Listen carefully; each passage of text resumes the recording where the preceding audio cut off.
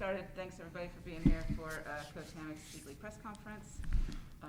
And we'll go as usual. And Coach, can you start us off with a little statement about Georgia Tech and on to Wyoming?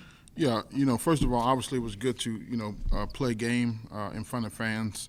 Some things that you take for granted is, Friday night before the game, the players being able to see their families, the joy that our players, had in seeing their families. A lot of times last season, I was wondering if we needed a permission slip with as many young guys as we sent, but that was good. The fans that traveled down to Atlanta was fantastic. They provided excellent excitement. Obviously, we have a big home game this weekend, and we'd love for our fans to show up and create a home field advantage for our players. That makes a big difference. NIU students, NIU alumni, the whole community, I think will be big. About the Georgia Tech game, one thing I firmly believe, this is a players' game. Players make plays and players win games, and our guys certainly made the plays to put us in a position to win the game, and couldn't be more proud of them. Also want to take a moment to recognize our compete team, the guys that help our team get ready to play. That's something that's often overlooked, but guys are out there. We have a compete team of some scholarship players, of guys that can actually play. We had an excellent practice this morning. It's like when we split the field, it's like two spring practices with the level of competition, the level of attention to detail. Some guys I want to point out on the compete team. Jeff Lomax did a great job simulating the quarterback last week and doing a great job this week. Mason Pierre-Antoine and Terrio Brown, Mason Blakemore, Muhammad Jameh, Nemo, Malik Harvey, and a bunch of others. But those guys really give us an opportunity to go out there and play on Saturdays. And I would be remiss if I didn't at least recognize the job that they've done on the compete team to help us get ready to play. Obviously, Wyoming is a tough opponent, a very physical opponent. I had the chance to meet Coach Bowl at a camp this summer and was very impressed with him. He's an old-school coach, a coach that reminds me of coaches I played for and worked for. And the way they play, you can see their style of football. When I was at Minnesota, we played North Dakota State, and it didn't end well for us. So I have a lot of respect for Coach Bowl and his program and the type of team that's coming in here. I think it's going to be a very physical ball game, a very competitive ball game, and we have to play our best football to give us a chance to win. With that, I'll take questions. Coach, when you have an experienced quarterback like Rocky, did that make the decision to go for two a lot easier, or would you probably have gone to two regardless of who your quarterback was? One thing, when you're in the National Football League, you learn so much football and have so much information. And I think, Coach Harbaugh had a game management meeting every Saturday. With the coordinators, and I would always try to pry information from the coordinators to see how those meetings went. But there was no stone left unturned. In those meetings, you talk about, if it's a chance to go win a game, what would you do? So we had a game management meeting on Friday night with the coordinators, and we had made the decision that we got in that situation, we would go for two to try to win the game. Wyoming had a game-winning drive of their own last week against Montana State. What do you guys have to do to prevent them from being in that situation late in the game? It's going to be a battle. I'm expecting, a game to come down to the wire. Something we talked about this offseason is being able to win one-possession football games. And to win those games, you have to embrace it, not avoid it. So if we in a situation in the fourth quarter where it's a one-possession game, we have to brace the opportunity to make a play on either side of the ball. And, hopefully we in that situation, and hopefully our guys respond the right way. And then a quick follow-up. How do you avoid a letdown performance after such a huge win, monumental win in your tenure here at NIU? Yeah, I'm not too concerned about that, to be honest with you. We won a whole season and didn't win a game. These guys got a chip on their shoulder. And if they don't, then we'll play the next player. So, the letdown performance I'm not really concerned about because we have a lot of competition on our team. And if you don't perform on the practice field and do the things necessary to get yourself ready to play, we will play the next player. And we have enough talent to do that. And I feel very confident going into games, knowing that if we don't see the type of performance we need to see in practice, it will be hard to step on the field. Is Wyoming similar to anybody you've seen since you've been here, style-wise or game plan-wise? Well, I think, I think they're probably very similar to us in that they want to have the ability to establish the run. So, in practice, we still go good on good, and I think that's a great opportunity for us to get, keep sharpening our tools and ourselves to get ready for the game on Saturday. Obviously, the schemes are a little bit different, but at the same time, from the level of physicality, from the level of, they want to change the line of scrimmage and establish a dominance on both sides of of the ball, I think it mirrors us. That's what we want to be able to do as well. Kind of talked about it after the game, how effective the offensive line was in getting a big day.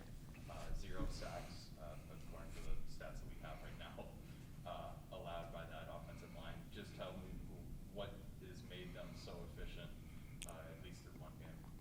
Well, we got guys that have experience, that's played together, and also, the guy that started at left guard earned the spot, J.J. Lippy. He's a new starter for us, but you know what? He went out and earned the job, and he earned the job by the way he practiced and prepared. And so we have the complete confidence in our offensive line. They're a year older, a year stronger, a year more developed, and they gave us a great opportunity. And part of the game plan was not to put ourselves in a position where, Georgia Tech's DNs could have an opportunity to get sacks. I mean, they have legitimate defensive linemen. So if we would have sat back there and threw the ball 40 times, we probably would have had 4 or 5 sacks against us. So, we got to make sure we neutralize, our opponent's strength at times to put us in a position to win the ball game.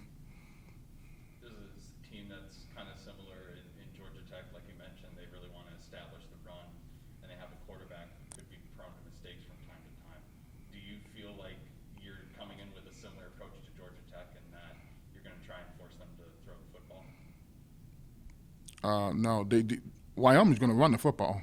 I mean, they are going to, line up and run the football. You're not going to change their philosophy. So we have to make sure we have great discipline, great eye discipline.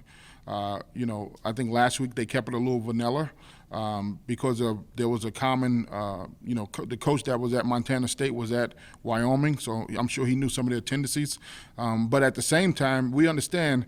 I had a coach used to always say it's Shoshin. Well, shift, motion, get your eyes in different spots. They want to run, A-gap power read.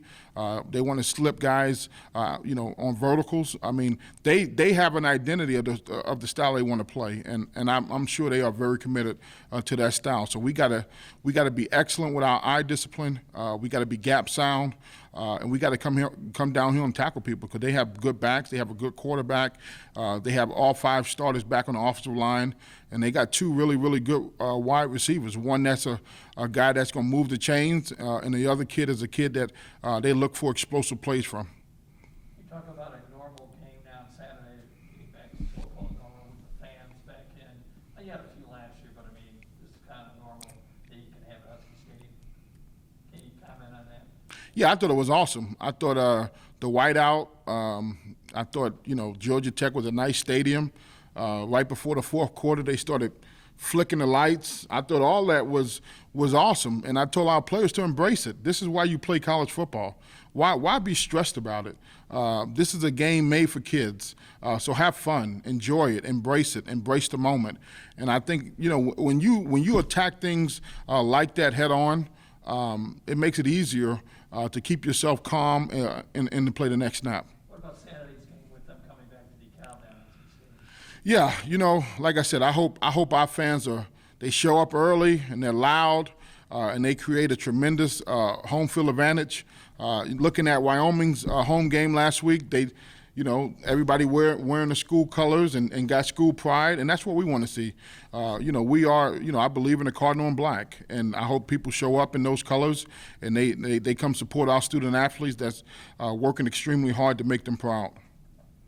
Real quick, Coach, have you gotten the chance since Saturday to talk to Devin Lafayette and see what spirits he's in after he had surgery, I guess, Sunday morning? Yeah, I just saw him this morning. He's in great spirits, working himself back.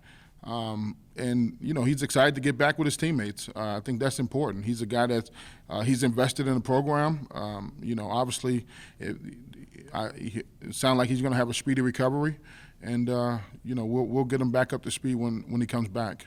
You mentioned after the game how at halftime there really wasn't much of a discussion about the injury or the touchdown before the half. What do you think that says about your team that they were able to move past that sort of big mental block and move forward? Well, it's like anything. First of all, I'm a big believer in being proactive. So I explained to him exactly, and Donna can tell you, I explained to him exactly how the game would be. And then about a week ago, I explained to our team that I said, you guys are developing an edge that you don't even realize. And so yesterday in our team meeting, I said, that edge is the hard way. When you embrace whatever comes your way, you embrace whatever opponent is in front of you, you embrace whatever happens, whatever the results are, because you are mentally and physically prepared to continue to move forward. And I think it clicked for them. Everything that they went through this summer, through training camp, prepared them for those moments. So there's no stress, there's no pressure. Do the things that you've done up until this point to perform the way you performed. Coach, going into this season, there was question marks surrounding the second cornerback position. Can you talk about Eric Rodgers' performance from Saturday and what you expect from him moving forward? Yeah, I thought Eric Rodgers played phenomenal. He's a long corner. We thought he can play last year. With COVID, I think he had to quarantine 3 different times, which stunted his growth. But he's a guy that we believe in. He stayed committed, and he's developed the right way. And so, he gives you a guy that can, be a boundary corner, which is a tremendous advantage to a defense.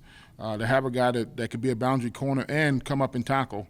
I think he had 6 or 7 tackles before he cramped up a little bit, but he's back and he's ready to go. And then one final question. I know you said it's a players' game, and we're not, for the most part, you guys aren't in for individual awards, but you guys did clean sweep the MAC awards this week. How did that feel for the guys? Yeah, I really didn't ask them. I mean, it's what you expected to do. We expect them to be great players and make plays, and we see it.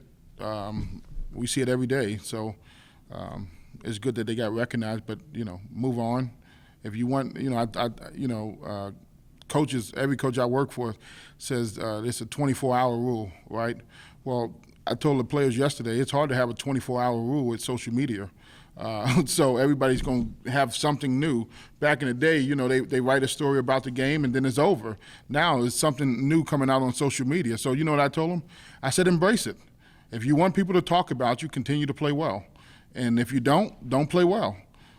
So embrace that moment and embrace those things. But even I spoke to Coach Novak on Sunday. He said, remember the 24-hour rule? I said, Coach, you're not living in today's society of social media. Everything is a tweet, a retweet. If I like something or retweet, that means I read it. Obviously, it's not over. So I said, embrace it. Embrace the moment. Have fun with it. You guys have prepared, and I'm going to judge you on the way you practice. And if you practice well, I'll tell you practice well. And I thought they practiced well this morning. Have you put some limitations on them, though, on social media or not? No, I trust our kids. I mean, I think we have mature kids. We continue to try to give them life lessons of do's and don'ts and different examples. And, that's something that we are mentors as coaches, and we have to show them different things. Now, are they going to make mistakes? 100%. They are still young men that's developing, and, we have to continue to show them and stress and be consistent where there's trust from us to them and vice versa. Can you give us a little analysis of their running back, Xavier Valladay, who's so accomplish, what he brings to their team? Yeah, he's a dynamic player. 2 weeks in a row we've seen some dynamic backs. This guy is physical. He's a slasher. I think he almost jumped over somebody last week completely. So we have to be all hands on deck on trying to corral him as much as possible because he is a big part of their offense. Did they give you a time frame on Lafayette's return? No, I mean he's going to be out. So time frame, he's going to be out. When he comes back, we'll be happy to have him. Coach, I want to get your thoughts on a couple guys coming in here in a minute. One is Miles Joyner.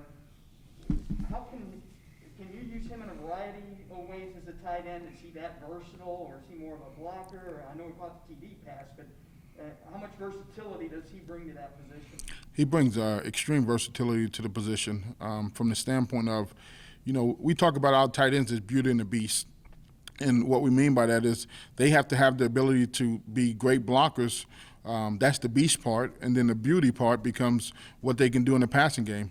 And we feel like Miles is a guy that he can do it all. He's 6'4", he's 260 pounds and runs a 4.7. So he has enough speed to create separation and make plays. The game last week wasn't conducive to show all of his traits, but we got to keep working him in and getting him accustomed to the way we play, the style of play, and I think he'll continue to make plays for us. And the other is Lance DeVoe. Obviously, we know what he can do, but he started great last week. Just describe what he means to the team, just having his presence back out there in the huddle every week.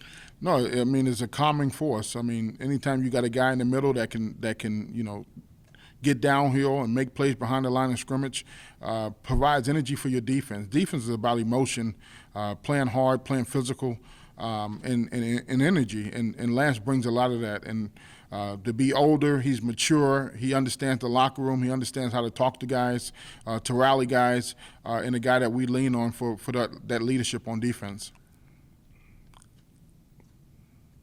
Do you expect the passing game for you guys this time to be more active early on, or do you think it's going to be more along the same lines as the Georgia Tech game and just you're going to have to pound it against them? We're not a cookie cutter offense. So what we are going to do is look for ways that gives us the best advantage to win the game. And so last week, that was the game plan. We still formulating the game plan for Wyoming, and we'll see what gives us the best chance to win. I mean, that's the motto of the game, right? To win. So not to say, hey, we did this or we did that. Whatever it takes to win, our players understand that. And the great thing about last week, we had receivers on the sideline yelling and screaming and cheering for guys and telling guys, hey, ball security, all those things that go into being a team. Because at the end of the day, if you win, everybody celebrates together. So we're not into, what we're doing and how we're doing it. We're just trying to figure out a way to have one more point than our opponent, and that's what we'll do this week. It was obviously a long time ago. You're only one of two guys back, but I mean, it was pretty memorable. It went till like 2, 3 in the morning, triple overtime. Is that anywhere in your mind right now? Honestly, I haven't even thought back to to that game. I'm just kind of focused on what we got set and planned to play against Wyoming this week. So that's kind of been my focus. It felt good.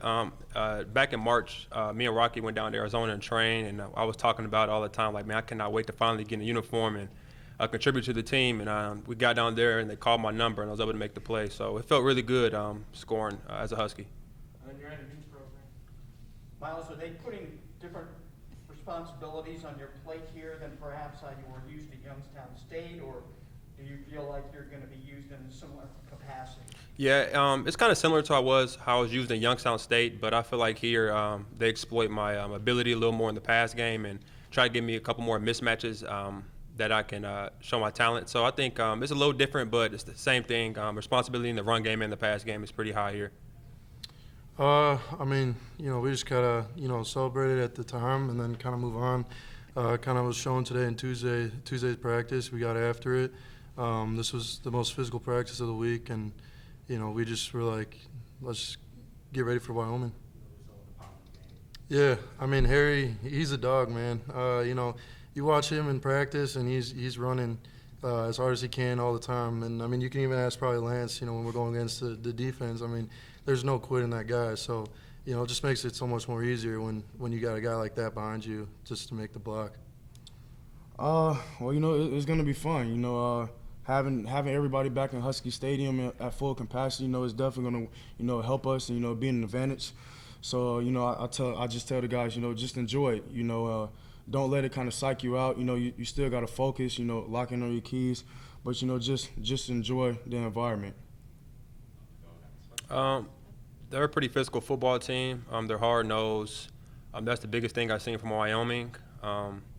They've run a lot of man coverage, so that's probably the most biggest thing I've seen from Wyoming.